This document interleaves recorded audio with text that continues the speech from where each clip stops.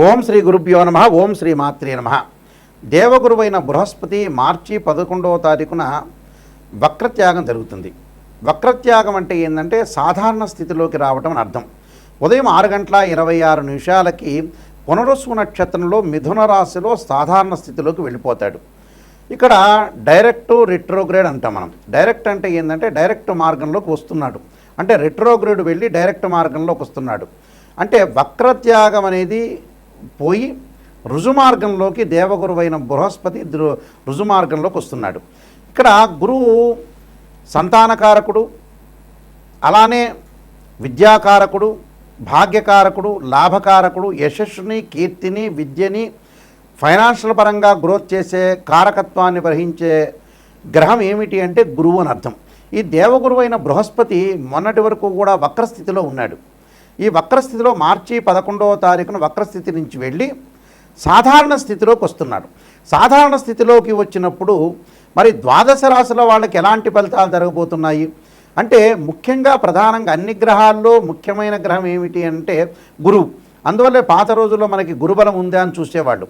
అంటే వివాహానికి కానీ అలానే సంతానానికి కానీ ద్వితీయ భావకారకుడైన, అంటే ద్వితీయ భావకారకుడు, పంచమ భావకారకుడు, అలానే భాగ్యభావకారకుడు, లాభభావకారకుడైన గురువు ఏ విధంగా ఉండబోతున్నాడు అంటే, ఆర్థిక స్థితిగతులు మెరుగుపరచబోతున్నారా, సంతానం కలగబోతుందా, వివాహం కలుగుతుందా, కుటుంబ పరంగా చిక్కులు అనేవి ఎలా ఉండబోతున్నాయి, చిక్కులు ఉంటాయా, విడిపోతాయా, ఇవన్నీ కూడా దేవగురు అయిన బృహస్పతి ద్వారానే మనకు తెలుస్తుంది. ఇవన్నీ కూడా గోచారరీత్యా ఫలితాలని చెప్పబోతున్నాం. అంటే ఇవన్నీ కూడా గోచారరీత్యా మనం తెలుసుకుంటే మనకి ఎలాంటి మనం పరిహారాలు చేసుకోవాలి, ఏ విధంగా వెళ్ళాలనేది మన నిర్ణయం ఖచ్చితంగా తీసుకోవచ్చు. ముఖ్యంగా ద్వాదశ రాశుల వాళ్ళందరికీ కూడా గురువు ఎలాంటి ఫలితాన్ని ఇవ్వబోతున్నాడో మనం ఒకసారి తెలుసుకుందాం.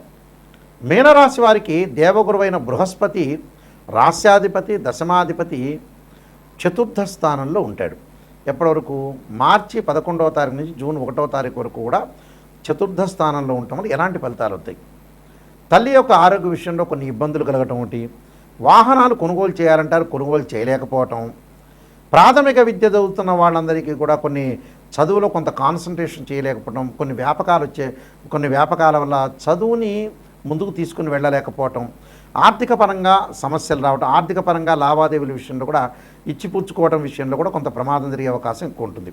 బంధుమిత్రులతో విరోధ భావాలు, మనం ఎవరికైతే డబ్బు ఇస్తామో మళ్ళీ తిరిగి ఇచ్చే అవకాశం అనేది ఉండదు. వీళ్ళకి మొండి బాకీలు వీళ్ళు ఎక్స్పెక్ట్ చేస్తారు, ఈ సమయంలో ఈ వ్యక్తి ఇస్తానన్నాడు, నాకు ఇది యూజ్ అవుతుంది అని ఆలోచన చేసిన వ్యక్తులందరికీ కూడా వాళ్ళు ఇచ్చే అవకాశం అనేది లేదు.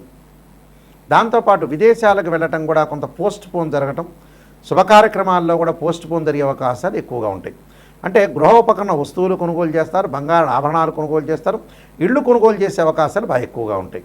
అంటే డబ్బును బాగా ఖర్చు పెడతారు. అంటే డబ్బు వచ్చే అవకాశం అనేది ఖచ్చితంగా ఉంటుంది, కానీ అనవసరమైన 35% వృధా ఖర్చులు జరుగుతాయి. వృధా భ్రమణం, వృధా ప్రయాణాలు వెళ్ళటం, అనవసరమైన వాటికి డబ్బులు ఖర్చు పెట్టుకోకుండా చూసుకోండి. ఆరోగ్యపరంగా కూడా ఇబ్బందులు కలగకుండా హాస్పిటలైజేషన్ విషయంలో కూడా కొద్దిగా శ్రద్ధ పెట్టడం అనేది చాలా ఇంపార్టెంట్. అంటే ఇవన్నీ కూడా మీరు తెలుసుకోవాలి. అంటే ఎక్కడైతే నెగిటివ్ ఉందో దాన్ని పాజిటివ్ చేసుకోవడం ఎలా అనే విషయాల మీద శ్రద్ధ పెట్టాలి. ఖచ్చితంగా కొన్ని పరిహారాలు పాటించాలి. దేవానాంచ ఋషీనాంచ గురుకాంచన సన్నిభం బుద్ధిమతం త్రిలోకేశం తమ నమామి బృహస్పతి అనే మంత్రాన్ని గురువారం రోజున ఈ మంత్రం చదవాలి, ఇంకో గురువారం రోజున శనగలు దానం చేయాలి, ఇంకో గురువారం రోజున రాత్రిపూట శనగలు నానబెట్టి ఆవుకి ఇవ్వటం, ఇంకొక గురువారం రోజున ప్రత్యేకంగా శనగలతో చేసిన వంటకాన్ని ప్రధాన అర్చకులకు ఇచ్చి అందరికీ కూడా వితరణ చేయమని, అంటే శనగ గుగ్గిళ్ళు అంటారు, ఏదోటి మీకు తెలిసింది వాళ్ళకి భక్తులందరూ కూడా వితరణ చేయటం వల్ల మంచి జరుగుతుంది. ఇంకో గురువారం వచ్చేటప్పటికల్లా మనకి నవగ్రహాల్లో గురువు ఉంటాడు, ఆ గురువుకి పంచామృతంతో, పండ్ల రసంతో, చెరుకు రసంతో బ్రాహ్మణుల చేత అభిషేకం చేయించడం, శనగలు దానం చేయటం, అలానే పసుపు కలరు సంబంధించిన వస్త్రాన్ని దానం చేయటం వల్ల మంచి జరిగే అవకాశాలు ఎక్కువ ఉంటాయి. గురువులను పూజించాలి. విద్యార్థులు ఖచ్చితంగా దక్షిణామూర్తి స్తోత్ర పాలనం చేయాలి. మిగతా వాళ్ళందరూ కూడా పుస్తక దానం చేయటం వల్ల కూడా మంచి జరుగుతుంది. స్త్రీలకు వచ్చేటప్పటికల్లా ఆరోగ్యపరంగా ఇబ్బందులు కలగకుండా చూసుకోండి. గురువుని ఏదైతే గురువు యొక్క ప్రభావం అనేది మీ మీద ఉంటుంది కాబట్టి గురువారం రోజున ఆరోగ్యపరంగా కొంత జాగ్రత్తగా ఉండండి. అలానే శనగలు దానం చేయటం వల్ల కూడా స్త్రీలకు మంచి జరిగే అవకాశాలు ఖచ్చితంగా ఉంటాయి. ఇవన్నీ కూడా పాటించండి, మీ మంచి జరిగే అవకాశాలు గ్యారంటీగా ఉంటాయి. గురువు వల్ల ఈ గోచారరీత్యా మనకి గురుగ్రహం అనేది సంవత్సర కాలం పాటు ఉంటుంది. ఒక రాశి నుంచి మరో రాశికి మారుతుంది. గురువు అనుకూలంగా ఉండటమే ప్రధానమైన విషయం. ఏమిటంటే అన్ని గ్రహాల్లో ప్రాధాన్యత సంతరించుకున్న గ్రహం ఏంటంటే గురువు. గురువు కుటుంబకారకుడు, సంతానకారకుడు, భాగ్యకారకుడు, లాభకారకుడైన గురువు అనుకూలంగా ఉంటే కీర్తి ప్రతిష్టలు, ధనవృద్ధి కలగటం, అలానే ధనవృద్ధితో పాటు లాభాలు, ఫైనాన్షియల్ పరంగా ఇన్కమ్ కలగటం, సంతానం కలగటం. సంతానం సంపదప్రదం అన్నారు. సంతానం కలిగేది గురువు ద్వారానే. కుటుంబ పరంగా ఇబ్బందులు లేకుండా ఉండటం, కుటుంబ పరంగా అన్నీ కూడా అనుకూలంగా ఉండాలంటే గురువు అనుకూలంగా ఉండాలని అర్థం. ఇప్పుడు చెప్పిన ఫలితాలన్నీ కూడా గోచారరీత్యా చెప్పబడే ఫలితాలు అంటారు. అంటే what is the difference between transit system and birth chart? Transit system అంటే ఏంటంటే గ్రహాల యొక్క మూమెంట్స్. అంటే ప్రతి నెలలో కూడా మనం రాశి ఫలితాలు చెప్పుకున్నట్టనే గ్రహాలన్నీ కూడా మారుతూ ఉంటాయి. ఈ గ్రహాలన్నీ మారుతున్నప్పుడు ఈ నెలలో ఏ విధంగా జరగబోతుంది అనేది గోచారం. అంటే ఎగ్జాంపుల్ ఏంటంటే ఒక చెట్టు ఉంటుంది, ఆ చెట్టు కింద వేళ్ళు ఉంటాయి. ఆ వేళ్ళని ఏమంటారంటే బర్త్ చార్ట్ అంటారు. ఆ వేళ్ల పైన కాండం వచ్చి కొన్ని కొమ్మలు వచ్చి కొమ్మలకి ఆకులు రావడానికి గోచారం అంటారు. ఎందుకంటే ఆ ఆకులు ఎప్పుడైనా సరే ఒక చెట్టుకి మనకు రైన్ సీజన్లో ఆకులు వస్తాయి, అలానే మనకు వచ్చేటప్పటికల్లా వింటర్ సీజన్లో అలానే ఉంటాయి, సమ్మర్ సీజన్లో కింద రాలిపోతుంటాయి. అంటే మళ్ళీ కొత్త ఆకులు పుట్టుకునే వచ్చే అవకాశం ఉంటుంది. అదే గోచారం అంటారు. బర్త్ చార్ట్ ఏంటంటే పర్మనెంట్. అదే this is the natal chart అంటారు.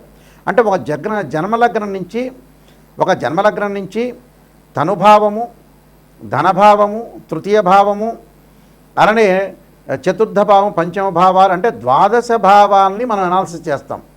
ఉదాహరణకి తనుభావానికి రవేధిపతి, ద్వితీయ భావానికి గురువు, అలానే తృతీయ భావానికి కుజుడు, చతుర్థ భావానికి చంద్రుడు, పంచమ భావానికి గురువు, అలానే షష్టమ భావానికి కుజుడు, సప్తమ భావానికి వచ్చేటప్పటికల్లా శుక్రుడు, అష్టమ భావానికి శని. ఇలా మనం లెక్క వేసుకుంటాం. లెక్క వేసుకున్నప్పుడు గురువు ద్వితీయ భావానికి కారకుడవుతాడు, అలానే పంచమ భావ కారకుడు అవుతాడు, లాభభావ కారకుడు కూడా, భాగ్యానికి సంబంధించిన భావకారకుడు కూడా గురువే. అంటే అన్ని గ్రహాల్లో అతి ప్రాధాన్యం కలిగిన గ్రహం ఏమిటి అని అంటే గురువే. ఈ గురువు ఎలా ఉన్నాడు జాతకరీత్యా మనం తప్పకుండా చూసుకోవాలి.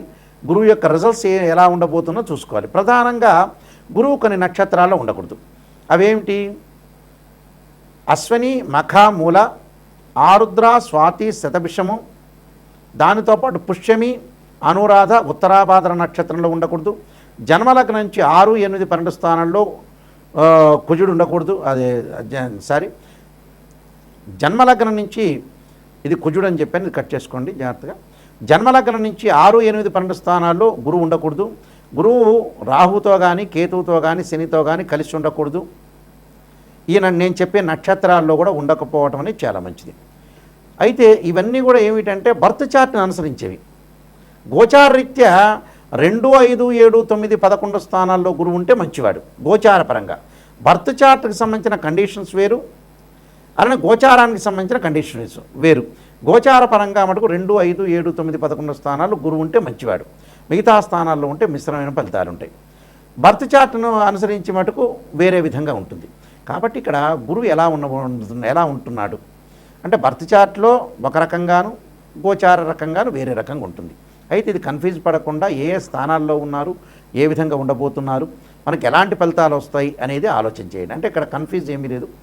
బర్త్ చార్ట్లో ఒక రకంగా నియమాలు ఉంటాయి, గోచారరీత్యా వేరే రకంగా నియమాలు ఉంటాయి.